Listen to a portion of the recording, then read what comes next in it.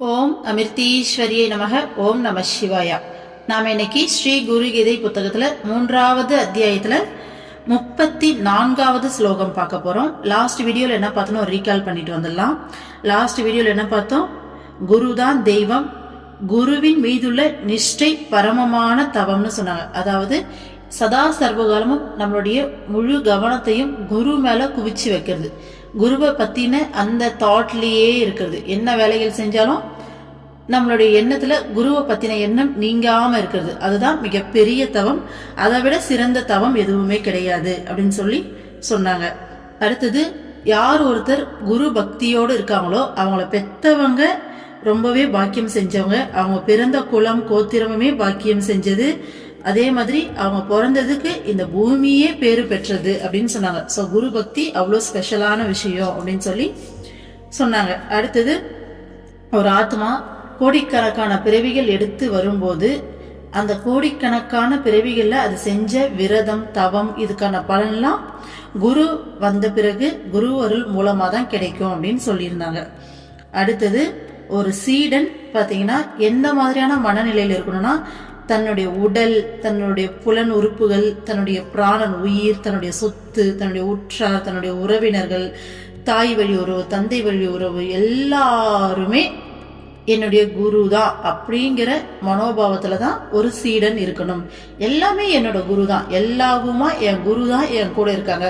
ஒருத்தவங்க நல்லது செய்யறாங்களா, என் குரு அவங்க வழியா செய்யறாங்க. ஒருத்தர் கெடுதல் செய்யறாங்களா, இல்ல ஏதாச்சும் ஒரு கஷ்டப்படுற மாதிரியான ஒரு சூழ்நிலை அமைதா, இதன் மூலமா என்னோட குரு இந்த சூழ்நிலையை நான் எப்படி ஹேண்டில் பண்ணணும்னு கற்றுக் கொடுக்குறாரு.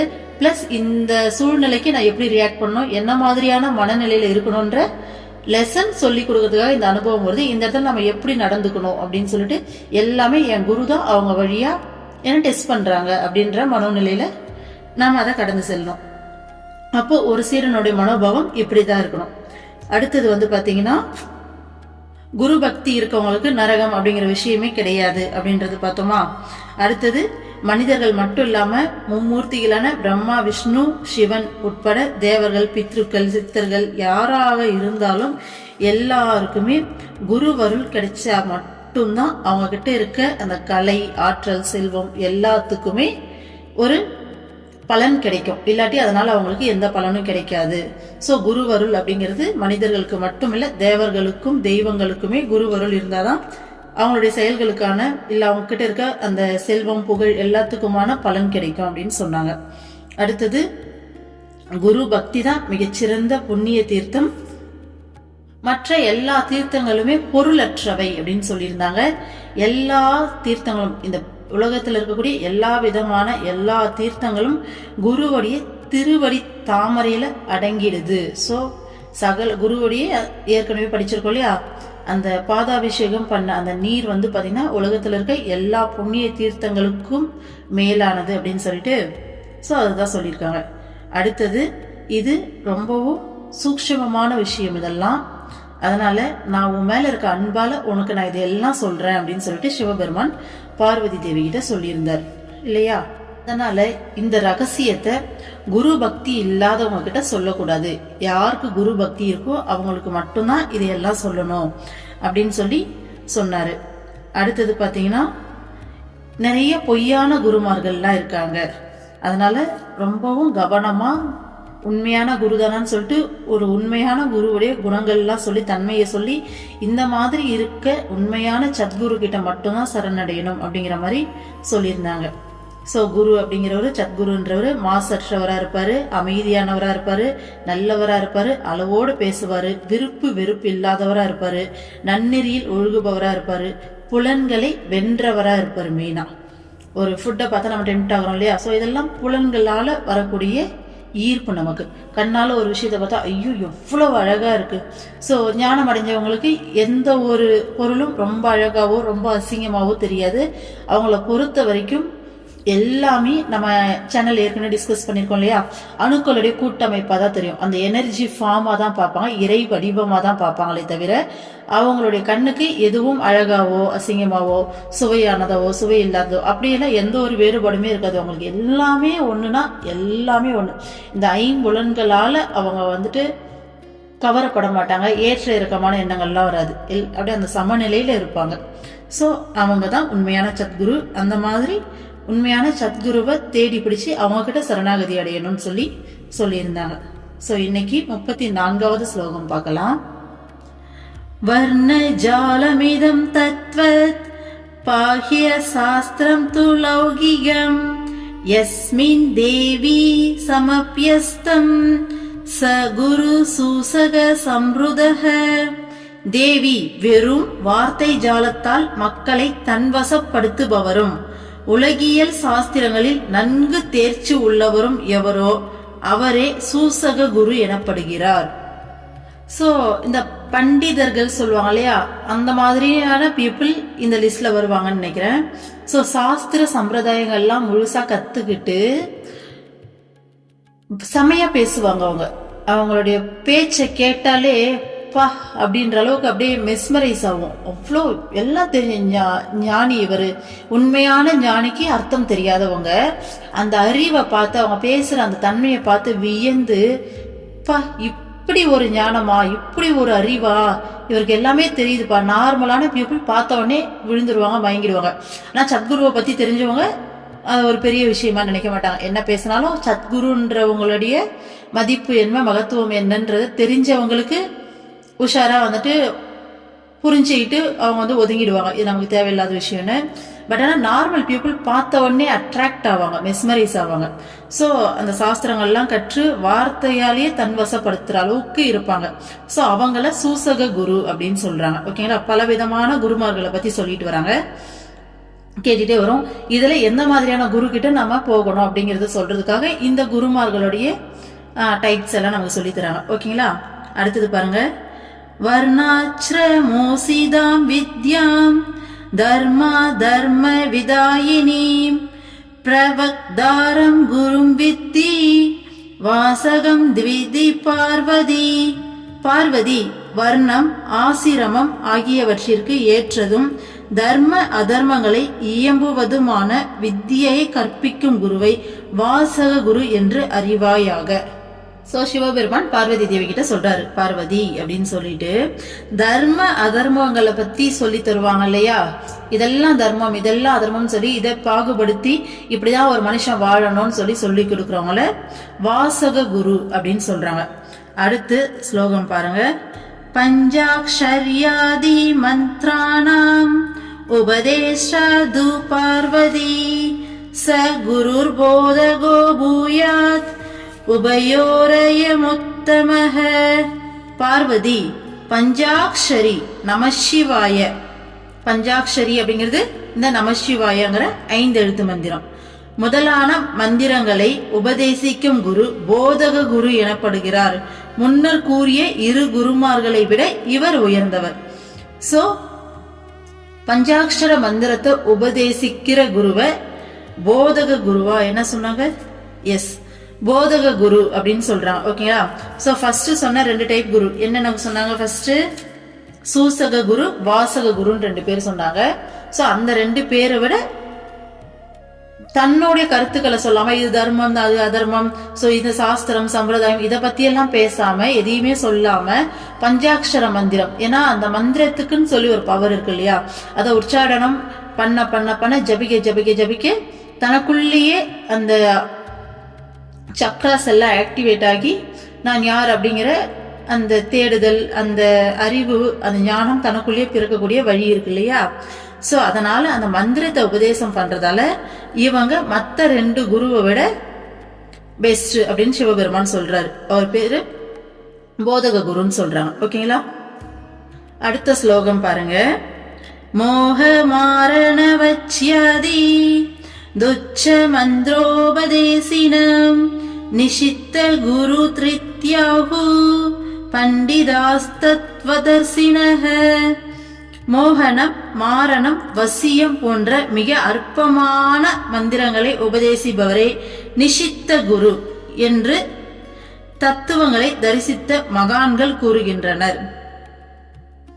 சோ ஒரு சிலர்லாம் பாத்தீங்கன்னா வசியம் பண்றதுக்கான இந்த பில்லி சூனியம் இந்த வசியம்லாம் சொல்லுவாங்க இல்லையா, அதற்கான மந்திரங்கள்லாம் அந்த கெட்ட வைப்ரேஷனுடைய மந்திரங்கள்லாம் நிறைய இருக்கும். ஸோ அதை கத்துக்கிட்டு தான் அவங்க அதை எல்லாத்தையுமே செய்யறாங்க. ஸோ அந்த மாதிரியான மந்திரங்களை உபதேசிக்கிறாங்க இல்லையா, அவங்கள நிஷித்த குரு அப்படின்னு சொல்றாங்க. ஓகேங்களா? ஸோ அடுத்தது பாருங்க, அனித்யமிதி நிர்திச்ய சம்சாரம் சங்கடாலயம் வைராகிய பததர்சியஹ ச குருர் விஹித பிரியே. பிரியமானவளே, துக்கத்தின் இருப்பிடமான சம்சாரம் நிலையற்றது என்று கூறி புரிய வைத்து வைராகியத்திற்கான மார்க்கத்தை காட்டித்தரும் குரு விஹித குரு ஆகிறார். சோ என்ன சொல்றாங்க பாருங்க, துக்கத்தின் இருப்பிடமான சம்சாரம் நிலையற்றது என்று கூறி புரிய வைத்து வைராகியத்திற்கான மார்க்கத்தை காட்டித்தரும் குரு விஹித குரு. இது யார எக்ஸாம்பிள் சொல்லலாம்னா, ஆன்மீக பேச்சாளர்கள். அவங்க பேசுறது கேட்க கேட்க கேட்க நமக்கு ஆமா இந்த உலக வாழ்க்கை மாயை, இது பொய், இது உண்மை கிடையாது அப்படிங்கிற அந்த அறிவு வரும். நம்ம இதுல இருந்து எஸ்கேப் ஆகணும், இறைவனை சரண் அடையணும், இந்த வாழ்க்கை பொய்யான வாழ்க்கை, அப்ப நம்ம உருப்படியான ஒரு சத்குருவை பிடிச்சு எப்படியாச்சும் நம்ம இந்த வாழ்க்கையில ஏறிடணும், நம்ம இறைவனை அடையதான் இந்த பூமிக்கு வந்திருக்கோம் அப்படிங்கிற இந்த ஞானம் எல்லாம் அவங்க பேசுறத கேட்க கேட்க கேட்க நமக்கு தோணும். ஸோ அப்படியாப்பட்டவங்கள விஹித குருன்றாங்க. இப்போ எக்ஸாம்பிளுக்கு சொன்னா மகாவிஷ்ணு, நிறைய பேர் நம்மள தெரியும், செம்மையா பேசுவார் இல்லையா. ஸோ அம்மா கிட்ட வர்றதுக்கு முன்னாடி நான் எல்லாமே அவருடைய பேச்செல்லாம் கேட்டுதான் அப்போ நிறைய தெளிவு கிடைச்சது. இப்போ இது எல்லாமே பொய்யா அப்படின்ற தெளிவு அதுக்கப்புறமா அம்மா அக்சஸ் எடுத்துக்கிட்டாங்க. இப்போ நமக்கு அது தேவைப்படலை, ஒரு ஏறி வர படிக்கட்டு மாதிரி தான். ஓகேங்களா? அப்போ நம்ம நார்மல் மைண்ட் செட்ல இருந்து இங்க இந்த சைடு வர்றதுக்கு ஒரு படிக்கட்டு மாதிரி இருந்து உதவுறாங்க இல்லையா. ஸோ அவங்கள அப்புறம் இந்த தயவு பிரபாவதி அம்மான்னு சொல்லிட்டு ஒருத்தவங்க இருப்பாங்க, நல்லா பேசுவாங்க. அவங்க பேசுறதெல்லாம் கேட்டோம்னா இந்த வாழ்க்கையோட நிலையாமை புரியும். உண்மையான ஆன்மீகம் என்னன்னு தெரியும். பவானி சங்கர் ஐயான்னு சொல்லிட்டு யூடியூப்ல ஒருத்தர் பேசுவாரு, இந்த மாதிரி ஸ்பிரிச்சுவல் பேசுறவங்க. ஸோ அவங்க பேசுறது கேட்கும்போது இந்த மாயையிலிருந்து வெளிவந்து நம்ம உண்மையாலுமே இறைவன் அடையதான் வந்திருக்கோம் சில உண்மை புரிஞ்சு நம்ம இறைவனை நோக்கி பயணப்பட ஆரம்பிப்போம். ஸோ அந்த மாதிரியான குருமார்களை விஹித குரு அப்படின்னு சொல்றாங்க. ஓகேங்களா? அடுத்த ஸ்லோகம் பாருங்க, தத்வமஸ்யாதி வாக்கியானாம் உபதேஷ்டாது பார்வதி காரணாக்யோ குரு புரோக்தோ பவரோக நிவாரகஹ. பார்வதி, தத்துவமசி முதலான மகா வாக்கியங்களை உபதேசிப்பவரும் பவரோகத்தை நீக்குபவருமான குரு காரண குரு ஆகிறார். சோ விஹித குருக்கு அடுத்த ஸ்டேஜ்ல இருக்கவங்க, அடுத்த ஹை ஸ்டேட்ல இருக்கவங்க காரண குருன்றாங்க. தத்துவமசி நாம இத பத்தி டீப்பா பார்த்திருக்கோம் இல்லையா. நீயே அதுவாக இருக்கிறாய், அதாவது அந்த பரபிரம்மம் தான் நீயும் அந்த பரபிரம்மமும் வேற வேற கிடையாது, நீயே அதுவாதான் இருக்க ஆல்ரெடி அப்படின்றதுதான் தத்துவமசி இல்லையா. அடுத்து பவரோகம் அப்படிங்கிறது இந்த பிறப்பு இறப்பு சுழற்சியை பத்தி சொல்றது. ஓகேவா? சோ இந்த சம்சார கடலை திரும்ப திரும்ப பிறந்து இறந்து திரும்ப பிறந்து இறந்துன்னு சொல்லிட்டு இது கண்டினியூஸா நடந்துட்டு இருக்கு. சோ நீதான் இறைவன், உனக்குள்ளதான் பரபிரம்மம் இருக்கு, நீயே அதுவாதான் இருக்குன்ற இந்த உபதேசங்களை கொடுக்கிறவர் தான் பாத்தீங்கன்னா காரண குரு. சோ விஹித குருக்கு அடுத்த ஸ்டேட். அவங்க ஸ்பிரிச்சுவல் பத்தி பேசி இந்த நிலையாமையை பேசி மாயையை புரிய வைக்கிறாங்க. அடுத்த ஸ்டேட்ல நீயே இறைவனாதான் இருக்க, நீ திரும்ப திரும்ப பிறந்து இறந்துட்டு இருக்க அப்படின்ற மாதிரி அடுத்த ஸ்டேட்டுக்கு புரிய வைக்கிறவங்க பாத்தீங்கன்னா காரண குரு அப்படின்னு சொல்றாங்க. சோ அதுக்கு அடுத்த குரு யாருன்னா பரமகுரு. வாங்க பாப்போம். சர்வசந்தேக சந்தோக நிர்மூலன விசேஷணஹ ஜன்ம மிருத்யு பயக்னோயஹ ச குரு பரமோமதஹ. சகல சந்தேகங்களையும் அடியோடு அழிப்பதில் திறமை உள்ளவரும் பிறப்பு இறப்பு பயம் ஆகியவற்றை நீக்குபவருமான குரு பரமகுரு எனப்படுகிறார். சோ நம்மளுடைய எல்லா சந்தேகத்தையும் அடியோடு அழிச்சு பிறப்பு இறப்பு அப்படிங்கறத பத்தின இந்த பயம் இந்த விஷயங்கள்ல இருந்து நமக்கு விடுதலை கொடுக்கிறவர் தான் பரமகுரு. அவர் தான் சத்குரு. அவர் தான் நம்ம சொல்ற பரபிரம்மே அவதாரம் எடுத்து வர மனிதனா அவதரிச்சு வர சத்குரு. ஓகேங்களா, அவங்களதான் பரமகுருன்னு சொல்றாங்க. ஏன்னா மற்றவங்க எல்லாருமே பேச முடியும், சொல்ல முடியும். அது சொல்றதால நம்ம கண்டிப்பா அடுத்த ஸ்டேஜுக்கு நம்ம மைண்ட் வந்துட்டு மாறும். ஆனா அவங்களால நமக்குள்ள எந்த ஒரு மாற்றங்களையும் கொண்டு வர முடியாது. மனமாற்றம் அப்படிங்கிறது கண்டிப்பா இருக்கும். அதை தாண்டி அவங்களுக்கு அந்த பவர் கிடையாதுன்னு சொல்ல வர. இப்போ பேசுவாங்க, கேட்போம், அதனால நமக்குள்ள மாறுதல் ஏற்படும். ஆனா சத்குரு அப்படிங்கிறவங்க பாத்தீங்கன்னா நம்மளுடைய ஃபுல் ஹிஸ்டரி அவங்களுக்கு தெரியும். இது வரைக்கும் எத்தனை பிறவி எடுத்திருக்கோம், என்ன பண்ணியிருக்கோம், ஸோ இது வரைக்கும் என்ன நமக்கு கர்மா பேலன்ஸ் இருக்குன்னு சொல்லி ஒட்டு மொத்த விஷயமும் அவங்களுக்கு தெரியும். ஸோ நம்மளை எந்த வழியில கொண்டு போயிட்டு நம்மளை முக்தி அடைய வைக்க முடியுங்கிறது அவங்களுக்கு தான் தெரியும் இல்லையா. ஸோ அப்பேற்பட்டவங்க தான் சத்குரு. ஏன்னா மற்ற குருமார்கள் பேசுறதை கேட்டு மைண்ட் என்னதான் தெளிவடைஞ்சாலும் நமக்கு வாழ்க்கையில பயம்ங்கிறது போச்சா, அந்த பிறப்பிறப்பை பத்தின பயம் இல்ல மத்த பயங்கள் ஏதாச்சும் போச்சானா எதுவுமே போயிருக்காது, எல்லாமே அப்படிதான் இருக்கும். ஆனா சத்குரு வந்த பிறகு லைஃப்ல அந்த பய உணர்வு அப்படிங்கிறதே இருக்காது. பிறப்பிறப்பை பத்தின பயமும் சரி, இல்ல உலக வாழ்க்கையில எந்த ஒரு பயமே இருக்காது, எல்லாமே அவங்க பார்த்துப்பாங்க அப்படின்ற ஒரு மாபெரும் நம்பிக்கை, இந்த நிலையாமை மாயை எல்லாமே புரிய வரும் இல்லையா. ஸோ அவங்களதான் பரமகுரு அப்படின்னு சொல்றாங்க. ஓகேங்களா, அடுத்த ஸ்லோகம் பாருங்க. பகு ஜன்ம க்ருதாத் புண்ணியாத், ஒரே நிமிஷம். ஓகே. லப்யதே சௌ மகாகுருஹ லப்த்வா தன்ன புனர்யாதி சிஷ்ய சம்சார பந்தனம். பல பிறவிகளில் செய்த புண்ணியத்தின் பலனாக இப்படிப்பட்ட மகாகுருவை அடைந்த சீடன் பின்னர் சம்சார பந்தத்திற்கு மீண்டும் திரும்பி வருவதில்லை. சோ இப்படியாப்பட்ட பரமகுருவை அடைஞ்ச சீடன் எப்படி அடையிறாங்களாமா, பல பிறவிகள்ல செய்த புண்ணியத்தின் பலனாதான் இந்த குருவே நமக்கு கிடைக்கிறாங்க. அப்படி கிடைச்சவங்க அகைன் இந்த சம்சார பந்தத்துக்கு திரும்பி வரமாட்டாங்க. ஓகேங்களா. ஸோ இதை பரமகுருவால மட்டும்தான் பண்ண முடியும். மற்ற குருமார்கள் பேசுறது கேட்டாலும் அந்த நேரம் நம்ம வைராக்கியமா இருப்போம். அடுத்து ஏதாச்சும் ஒரு சம்பவம் வாழ்க்கையில் நடக்கும்போது எல்லாத்தையும் மறந்து திரும்பவும் அந்த சம்சார கடல்ல போயிட்டு விழுந்துருவோம், எல்லாத்தையும் மறந்து போயிடுவோம். ஆனா இந்த பரம குரு கிட்ட வந்தவங்க அகைன் அந்த சம்சார பந்தத்துக்கு போக வேண்டிய அவசியம் கிடையாது. ஏன்னா நம்ம உருப்படியா இருந்தா முக்தியே கொடுத்துருவாங்க, அடுத்த பிறவி அப்படிங்கிறதே இருக்காது இல்லையா. அடுத்த ஸ்லோகம் பாருங்க. ஏவம் பகுவிதா லோகே குரவ சந்தி பார்வதி தேஷு சர்வ பிரயத்னேன சேவ்யோ ஹி பரமோ குருஹ. பார்வதி, இப்படியாக உலகில் பலவிதமான குருமார்கள் உள்ளனர். மிகவும் முயற்சி செய்து அவர்களில் பரம குருவுக்கே சேவை செய்ய வேண்டும். சோ இந்த மாதிரி பலவிதமான குருமார்கள் இந்த உலகத்துல இருக்காங்க. ரொம்பவும் ட்ரை பண்ணி மீன்ஸ் ஆராய்ச்சி கண்டுபிடிச்சு பரம குருவுக்கு தான் நம்ம சேவை செய்யணும். ஸோ பரம குரு தான் நம்ம சத்குருன்னு சொன்னாலே அவங்களதான் கண்டுபிடிச்சு சேவை செய்யணுமே தவிர மற்ற குருமார்களுடைய வழிகாட்டுதலை எடுத்துக்கலாம், பின்பற்றலாம், அடுத்தடுத்த ஸ்டேஜ் ஏறுறதுக்கு யூஸ் பண்ணிக்கலாம். அங்கேயே நம்ம ஸ்டாப் ஆகக்கூடாது. ஸோ அவங்க தான் குருன்னு நினைச்சு அங்கேயே நின்னோம்னா நம்மளுடைய வளர்ச்சி அதோட தடைபட்டுரும். ஸோ அதை பயன்படுத்தி அறியாமையிலிருந்து மேலே ஏறி வர ஏணி படிக்கட்டா யூஸ் பண்ணிக்கலாமே தவிர பரமகுரு கிட்ட தான் நம்ம சரணாகதி அடையணும், அவங்களுக்கு தான் சேவை செய்யணும், அவங்க கிட்ட தான் நம்மள முழுமையா ஒப்படைக்கணும். மனித தன்மையில் இருக்கவங்க கிட்ட நம்மள ஒப்படைக்க கூடாது. ஏன்னா இதுக்கு முன்னாடி வீடியோல என்ன சொல்லியிருந்தாங்க, இந்த உலகத்துல பலவிதமான ஃபேக்கான பீப்புள் எல்லாம் தன்னைத்தானே குருன்னு சொல்லிக்கிட்டு நிறைய விஷயம் இங்க தப்பா நடந்துகிட்டு இருக்கு. ஸோ அந்த மாதிரியான குருமார்கள் கிட்ட போயிட்டு சிக்காம உண்மையான ஞானிய தேடி கண்டுபிடிச்சு அவங்க கிட்ட சரணாகதி அடையணும்னு சொன்னாங்களா.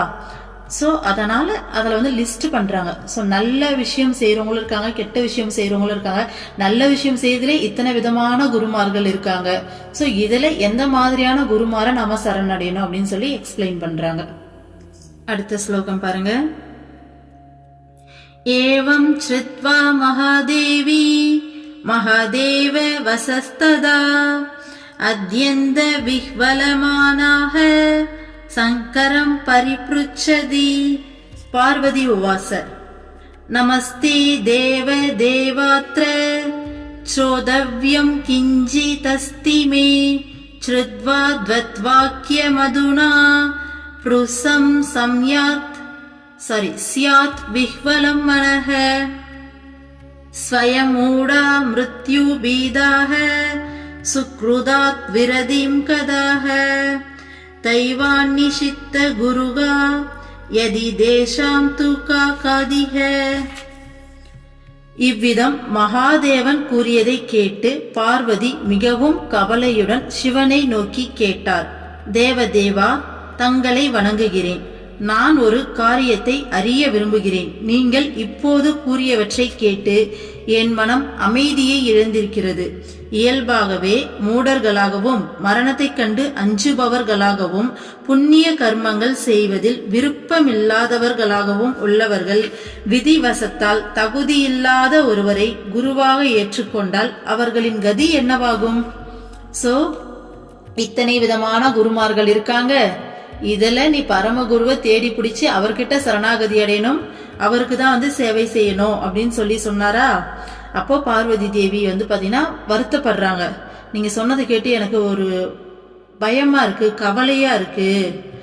என்னன்னா மூடர்களா, அறிவு இல்லாம அறியாமையில இருக்கவங்க, மரணத்தை பார்த்து பயப்படுறவங்க, மனித தன்மையில அந்த அறியாமையில மூழ்கி இருக்கவங்க விதிவசத்தால உருப்படியான குருவை பிடிக்காம தகுதி இல்லாத ஒருத்தரை குருவா ஏத்துக்கிட்டா அவங்க கதி என்னத்துக்கு ஆகுறது? ஏன்னா அவங்க அறியாமையில இருக்காங்க, அவங்களுக்கு தெரியாது, அவங்களே மூடர்களா இருக்காங்க, மரணத்தை பார்த்து பயப்படுறாங்க. ஸோ புண்ணியம் செய்யறதுக்கும் விருப்பம் இல்லாம இருக்காங்க. ஸோ அவங்களுக்கு அந்த பாக்கியமும் இல்லை, ஒரு சத்குருவை பிடிக்கிற அளவுக்கு பாக்கியமும் அவங்களுக்கு இல்லை. அப்போ அவங்க விதிவசத்தால் ஒரு தப்பான குரு கிட்ட போயிட்டா என்னத்துக்கு ஆகுறதுன்னு சொல்லி பார்வதி தேவி வருத்தப்படுறாங்க. அதுக்கு சிவபெருமான் என்ன சொல்றாருன்னு பார்ப்போம். ஸ்ரீ மகாதேவ உவாச நிஷித்த குரு சிஷ்யஸ்து துஷ்ட சங்கல்ப தூஷிதஹ பிரம்ம பிரளய பர்யந்தம் ந புனர்யாதி மாத்தியதாம். ஸோ ஃபர்ஸ்ட் எடுத்தோடனே இந்த ஸ்லோகன்ல நிஷித்த குரு, நிஷித்த குருனா என்ன சொன்னாங்க? இந்த வசியம் பண்ற மாதிரியான அந்த குரு தான் அந்த கெட்ட மந்திரங்களை சொல்லி கொடுக்குறவங்க உபதேசிகள் நிஷித்த குருன்னு சொன்னாங்க. ஸோ இந்த ஸ்லோகத்துல அப்படிதான் ஸ்டார்ட் ஆகுது. ஸோ தகுதியற்ற குருவின் சீடன். ஸோ நிஷித்த குரு அப்படிங்கிறது தகுதியற்ற குரு அப்படிங்கிறதுக்காக யூஸ் பண்ணியிருக்காங்க. தீய சங்கல்பத்தால் தீயவன் ஆவதால் பிரம்மாவின் பிரளயம் வரை மனித பிறவி கிடைக்காமல் மிருக இனத்தில் பிறக்கிறான். சோ தகுதியற்ற குருவால அவருடைய தீய சங்கல்பத்தால, ஓகேங்களா, இந்த சீடனும் தீயவனா மாறுறதால, அதுதான் அந்த நிஷித்த குருன்னு சொல்லிட்டு நம்ம பார்த்தோம் இல்லையா. அதுல என்ன சொல்லியிருந்தாங்க? மோகனம், மாரணம், வசியம் போன்ற மிக அற்பமான மந்திரங்களை உபதேசிப்பவர்னா. சோ அந்த மாதிரி தவறான வழியில போயிட்டு தவறான சீடனா இவங்களும் உருவாகி அந்த மாதிரி தவறான செயல்கள்ல ஈடுபடுறாங்கன்னா அவங்க பிரம்மாவோடைய பிரளயம் வரை, எப்போ இந்த பிரம்மா இந்த உலகத்தை அழிச்சு மீண்டும் ஒரு உலகத்தை உருவாக்கலாம்னு சொல்லி ஒரு வச்சிருப்பாங்க இல்லையா. ஸோ அது வரைக்கும் மனித பிறவியே அவங்களுக்கு கிடைக்காதாமா, மிருகமாக தான் பிறப்பாங்களாமா, மிருக பிறவி மட்டும்தான் கிடைக்குமாமா. ஸோ மனித பிறவிக்கான வாய்ப்பே இல்லை, இந்த சம்சார கடலேருந்து வெளியில் வர்றதுக்கான வழியே கிடையாது. அவங்க இந்த பூமியில மிருகமா திரும்ப திரும்ப பிறந்து பிறந்து பிறந்து இதுலயே சிக்கி அழிய வேண்டியதுதான். அந்த அளவுக்கு மோசமான விளைவை ஏற்படுத்துமா அந்த மாதிரி குருமார்கள் கிட்ட போயிட்டு தவறான செயல்களில் ஈடுபடுறது. அடுத்த ஸ்லோகம் பாருங்க. ஸ்ருணு தத்வமிதம் தேவி யதா ஸ்யாத் விரதோ நரஹ ததா சாவதி காரிதி புரோச்யதே ஸ்ருதி மஸ்தகே. தேவி, நான் கூறுவதை கேள். ஒருவன் எப்போது விரக்தனாகிறானோ அப்போது அவன் இந்த ஞான உபதேசத்தை பெற தகுதி உள்ளவனாக ஆகிறான் என்று உபனிஷதங்கள் உரைக்கின்றன. சோ யார் ஒருத்தர் விரக்தன் ஆகுறாங்களோன்னு சொல்லி சொல்றாங்க. விரக்தன் அப்படின்னா நம்ம பேச்சு வழக்கில் சொல்லுவோம்ல, ஒரே விரக்தியா இருக்கு, எதுலையுமே ஒரு ஈடுபாடே இல்லாம ஒரு வெறுப்பா இருக்கு அப்படின்னு இல்லையா. சோ விரக்தன்னா பற்று இல்லாம, ஓகேங்களா. ஸோ யார் ஒருத்தர் அந்த பற்றெல்லாம் போயிட்டு எனக்கு எதுவும் வேணாம்ப்பா இந்த உலகத்துல அப்படிங்கிற நிலையில இருக்காங்களோ அவங்க ஞான உபதேசம் பெறதுக்கு தகுதியானவங்க அப்படின்னு சொல்லிட்டு உபனிஷதங்கள் சொல்லுதுன்னு சிவபெருமான் சொல்றாரு. இதை நம்ம லைஃப்லயே கம்பேர் பண்ணி பார்க்கலாம். உண்மையாலுமே யோசிச்சு பல பேருக்கு இந்த விஷயம் நடந்திருக்கலாம். நம்ம லைஃப்ல ரொம்ப அடிபட்டு ரொம்ப இந்த வாழ்க்கையே வெறுத்து, இது என்னடா வாழ்க்கை, சை இது வேண்டாம், இப்படி ஒரு வாழ்க்கையே வேண்டாம், அந்த உலகத்துல எதுவுமே வேண்டாம் அப்படின்னு சொல்லி ஒரு விரக்தி நிலையில நம்ம நின்று இருப்போம். அந்த டைம்ல தான் நம்ம லைஃப்ல சத்குரு என்ட்ரியே கிடைச்சிருக்கும். நிறைய பேர் லைஃப்ல இது நடந்திருக்கும்.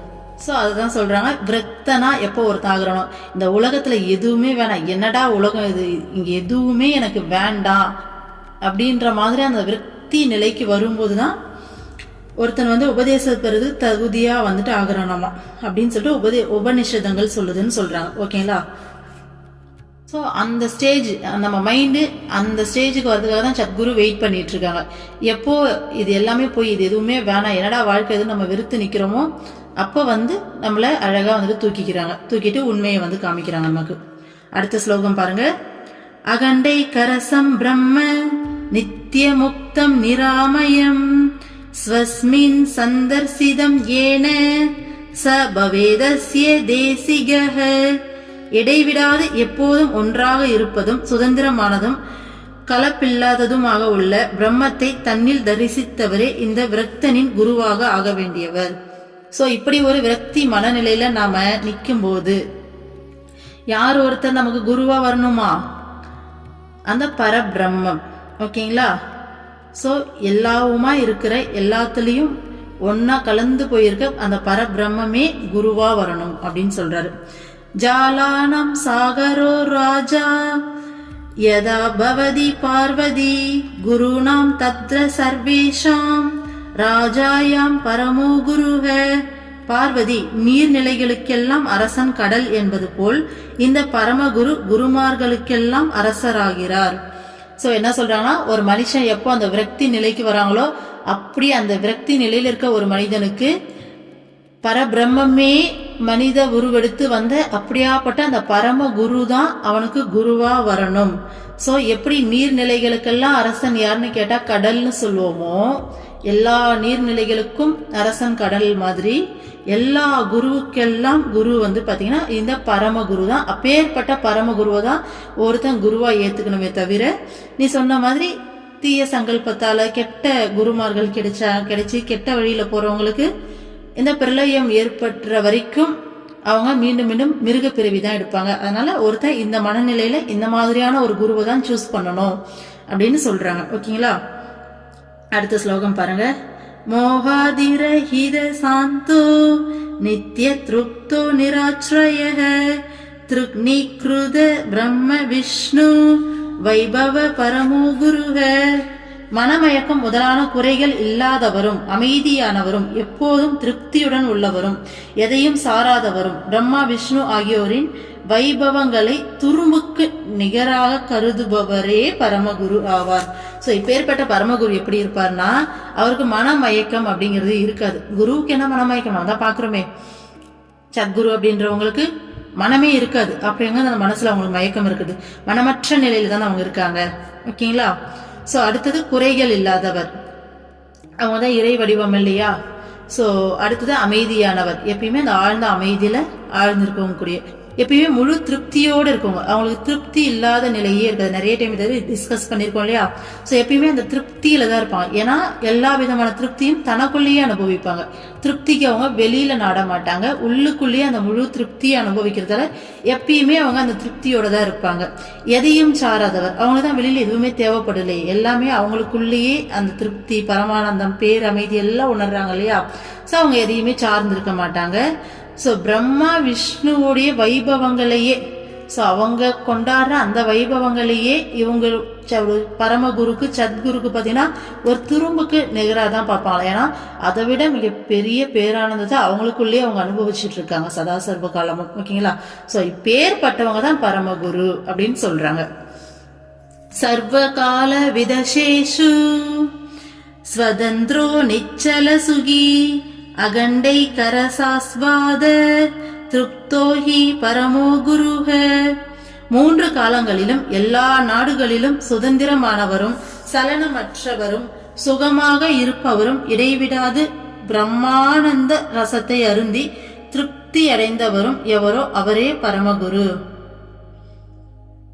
சோ எல்லா காலங்களிலும் எல்லா நாடுகளிலும் எங்க எப்படி இருந்தாலும் சரி, எந்த மாதிரியான சூழ்நிலையா இருந்தாலும் சரி, எந்த இடத்துல இருந்தாலும் சரி, எந்த காலத்துல இருந்தாலும் சரி, சுதந்திரமா சலனம் இல்லாம சுகமா இருப்பாங்க. ஸோ இடைவிடாம தனக்குள்ள அந்த பிரம்மானந்த ரசத்தை எப்பயுமே அருந்தி திருப்தியா இருப்பாங்களாம். அதுதான். ஸோ எங்க இருந்தாலும், எப்படி இருந்தாலும், எப்பேற்பட்ட சூழ்நிலையில இருந்தாலும், எப்பேற்பட்ட காலநிலை எதுவா இருந்தாலும் சரி, வெளியில இருக்க எந்த ஒரு விஷயமும் அவங்கள கொஞ்சம் கூட பாதிக்கவே பாதிக்காது. எல்லா சூழ்நிலைகளிலும் அவங்க பார்த்தீங்கன்னா சலனமே இல்லாம தனக்குள்ள அந்த பரமானந்தத்தை அனுபவிச்சுக்கிட்டு திருப்தியா சந்தோஷமா அந்த பேரானந்த நிலையிலேயே இருப்பாங்க. ஸோ அவங்க தான் பரமகுரு. ஓகேங்களா? ஒரு சூழ்நிலையோ வெளிப்புறத்துல இருக்க ஏதோ ஒரு கால சூழ்நிலையோ இல்லை இடம் அந்த மாதிரி வெளி சூழ்நிலைகள் எதையுமே அவங்கள டிஸ்டர்ப் பண்ணவே பண்ணாது. அவங்க உள்ளுக்குள்ள இருக்கக்கூடிய அந்த பரமானந்த நிலையை எதனாலையும் டிஸ்டர்ப் பண்ண முடியாது. ஸோ அப்பேற்பட்டவங்க தான் பரமகுரு அப்படின்னு சொல்றாங்க. துவைதாத்வைத விநிர்முக்தஹ ஸ்வானுபூதி பிரகாசவான் அஜ்ஞானந்த தமச்சேதா சர்வஜ்ஞ பரமோ குருஹ. துவைதம் அத்வைதம் என்ற பேதங்கள் இல்லாதவரும், ஆத்மானுபூதி எனும் ஒளியோடு கூடியவரும், அறியாமை எனும் இருளை அகற்றுபவரும், அனைத்தையும் அறிபவருமே பரமகுரு. ஸோ அவங்களுக்கு துவைதம் அத்வைதம் அதெல்லாம் கிடையாது. அவங்களுக்கு எல்லாமே ஒண்ணுதான். துவைதம் அத்வைதம் மட்டும் கிடையாது. அதாவது அந்த ஒன்னஸ் நிறைய டைம் நம்ம பேசியிருக்கோம் இல்லையா? ஸோ எல்லாமே அந்த ஒன்னஸ் தான். எல்லாமே ஒன்னா மட்டும்தான் தெரியும். எதுவுமே அவங்களுக்கு வேறையா தெரியாது. அதே மாதிரி எந்நேரமும் அந்த ஆத்மானுபூதியிலேயே இருக்கவங்க, அறியாமை அப்படிங்கிற இருளை நம்ம கிட்ட இருந்தும் நீக்குபவர். ஓகேங்களா? ஸோ இந்த தன்மைகளோடு இருக்கவர் தான் பரமகுரு. அடுத்த ஸ்லோகம் பாருங்க. யஸ்ய தர்சன மாத்ரேன மனச ஸ்யாத் பிரசன்னதா ஸ்வயம் பூய த்ருதி சாந்தி சபவேத் பரமோ குருஹ. யாருடைய தரிசனம் ஒன்றால் மட்டும் மகிழ்ச்சியும் பொறுமையும் அமைதியும் தானே ஏற்படுகிறதோ அவரே பரமகுரு. ஸோ ஒரு சத்குருவை அடைஞ்சி குருவா ஏத்துக்கிட்டு அவங்களுடைய தரிசனம் கிடைச்சவங்களுக்கு இந்த அனுபவம் உணர்வு பூர்வமா புரியும். இது வார்த்தையால சொல்ல முடியாது இல்லையா? ஏன்னா குருவுடைய தரிசனத்தால மகிழ்ச்சியும் பொறுமையும் அமைதியும் தானே ஏற்படுகிறதோ. நம்ம அம்மாவை போயிட்டு ஒரு டைமா ஹக் பண்ணும் போதும் நாம இந்த உணர்வை அனுபவிப்போம் இல்லையா? எதுவுமே வேணாம், அவங்களுடைய அந்த ஸ்பரிசம், அவங்களுடைய அந்த பிரசன்ஸ், அது ஒரு விஷயம் போதும் நம்ம மனசுக்குள்ள அளவில்லாத ஒரு மகிழ்ச்சி, அந்த ஒரு அமைதி. ஸோ எதை பத்தின எந்த ஒரு கவலையுமே இருக்காது. மைண்ட் அப்படியே ஒரு மாதிரி காம் ஸ்டேட்டுக்கு போயிடும் இல்லையா? அவ்வளோ ஏதோ ஒரு வைப்ரேஷனை ஃபீல் பண்ணும், ஒரு சந்தோஷமா இருக்கும். அந்த ஆத்மா அதை அப்படியே அனுபவிக்கும். நம்மளால அதை நல்லா உணர்ந்திருக்க முடியும். ஸோ அதுதான் சொல்றாங்க, வெறும் தரிசனம் போதும். அவங்ககிட்ட ஒன்றும் பேச வேணாம், உன்னை பார்க்க வேணாம், உன்னை எதுவுமே பண்ண வேணாம். ஒரே ஒரு தரிசனம், ஒரு டைம் அவங்கள போயிட்டு பார்க்குற அப்படின்னாலே உனக்கு தேவையானது எல்லாமே கிடைக்கும். அதுதான் இந்த அமைதி, மகிழ்ச்சி, பொறுமை எல்லாமே கிடைக்கும். ஸோ அவங்க தான் பரமகுரு. ஸோ பார்வதி தேவி கேட்டாங்க இல்லையா, தவறான ஒருத்தர் குருவை அடைஞ்சிட்டா என்ன பண்றதுன்னு. அதனால சரியான குருவோடைய அடையாளங்களை சொல்லிக்கிட்டு இருக்காங்க. ஸோ இப்படி எல்லாம் இருப்பாங்க. இந்த மாதிரியான குருவான்னு சொல்லி நம்ம நல்லா ஆராய்ச்சி பண்ணி தான் குருவை ஏத்துக்கணும் அப்படின்னு சொல்லிட்டு. சித்தி ஜாலம் சமாலோக்கிய யோகினாம் மந்திரவாதினாம் துச்சாகார மனோவிருத்தீர் யஸ்யாசௌ பரமோ குருஹ. யோகிகள் மற்றும் மந்திரவாதிகளின் சித்திகளை மிகவும் அற்பமானதாக காண்பவர் எவரோ அவரே பரமகுரு.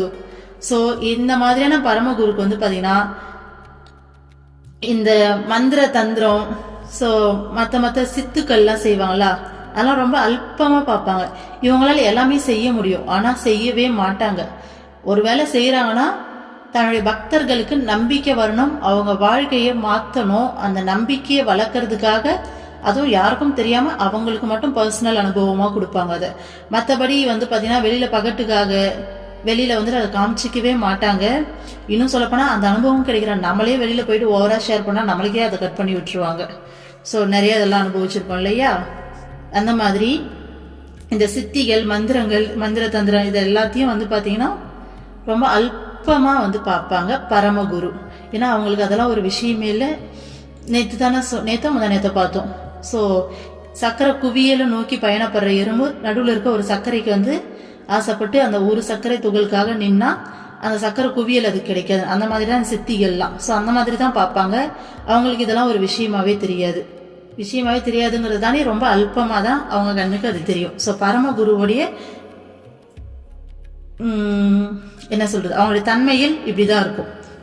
ஸோ இந்த சித்தியெல்லாம் பெருசாக வந்துட்டு மதிச்சு, பத்தியா என்னால் இதை பண்ண முடியும், மண்ணை சர்க்கரையாக மாற்ற முடியும், நான் நினச்சேன்னா வந்து பார்த்தீங்கன்னா உடனே வந்துட்டு ஒரு உடல்லேருந்து இன்னொரு உடலுக்கு மாற முடியும் அப்படின்றதெல்லாம் காமிச்சிட்டு இருக்க மாட்டாங்க. அவங்க அதெல்லாம் ஒரு விஷயமாவே மதிக்க மாட்டாங்க.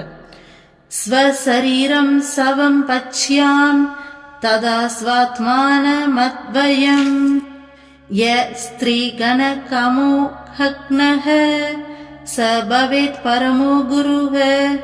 தனது உடலை சவமாக காணவும் தனது ஆத்மாவை ஒன்றேயான பிரம்மமாக தரிசிக்கவும் பெண் பொன் இவற்றின் மீது உள்ள மோகத்தை அழிக்கவும் செய்தவரே பரமகுரு. சோ பரமகுரு வந்துட்டா ஒரு சீடனை என்ன மாதிரியான ஸ்டேட்டுக்கு மாத்துவாங்க, தன்னுடைய உடலை சவமா காண செய்வாங்களாம். ஸோ உடல் அப்படிங்கிறது வெறும் ஒரு பிணம், ஒரு உடல் அப்படிங்கிறது அதுக்கு ஒரு மதிப்பே கிடையாது இல்லையா. ஸோ இது ஒரு விஷயமே இல்லை. உடலை வந்துட்டு இது உயிர் போயிட்டா வெறும் பிணம் தான் அப்படின்ற அளவுக்கு அந்த ஒரு ஆழ்ந்த ஞான பார்வையில நம்மளை பார்க்க வைப்பாங்க. தன்னுடைய அதே மாதிரி தனக்குள்ள இருக்க ஆத்மா வந்து பாத்தீங்கன்னா பிரம்மம், இறைவன் அப்படிங்கிறது ஆத்ம தரிசனம் அப்படிங்கிறது இறை தரிசனம். நமக்குள்ள இருக்க இறைவன் தான் ஆத்மாங்கிற அந்த தரிசனத்தையும் வந்து இது பண்ணுவாங்க. அடுத்தது பெண் பொன் இந்த மாதிரி இது மேலாம் இருக்கக்கூடிய மோகம், இந்த உலக பொருட்கள் மேல, மனிதர்கள் மேல, எதிர்பாலினத்து மேல இருக்க ஈர்ப்பு எல்லாத்தையும் எடுத்து தன்னுடைய ஆத்மாவை இறைவனாவே தரிசனம் பண்ண வச்சு தன்னுடைய உடலை வெறும் சவமா பார்க்க வைக்கிறவர் எவரோ அவர்தான் பரமகுரு அப்படின்றாங்க. ஒரு சீடனுக்கு இந்த மாற்றங்கள் எல்லாம் ஒரு பரமகுரு ஏற்படுத்தி தருவார். ஓகேங்களா. சோ எத்தனை விதமான குருமார்கள் இருக்காங்க, அதுல பரமகுரு தான் இருக்கிறதுலே உயர்ந்தவர். அந்த பரமகுருவை எப்படியெல்லாம் நம்ம கண்டுபிடிக்கலாம், அவருடைய தன்மைகள் எப்படியெல்லாம் இருக்கும், ஸோ அவர் நமக்குள்ள என்ன மாதிரியான மாற்றங்களை ஏற்படுத்துவார் அப்படிங்கிற விஷயங்கள்லாம் சொல்லி, ஸோ இந்த மாதிரியான பரமகுருவை தேடி பிடிச்சு நாம அவர்கிட்ட சரணாகதி அடையணும். அதை விட்டுட்டு நாம தவறான குருமார்களை தேர்ந்தெடுத்தா நம்ம ரொம்ப கஷ்டப்பட நேரிடும் அப்படின்றத இதுல சிவபெருமான் நல்லா தெளிவா சொல்லியிருக்கார். ஓகேங்களா.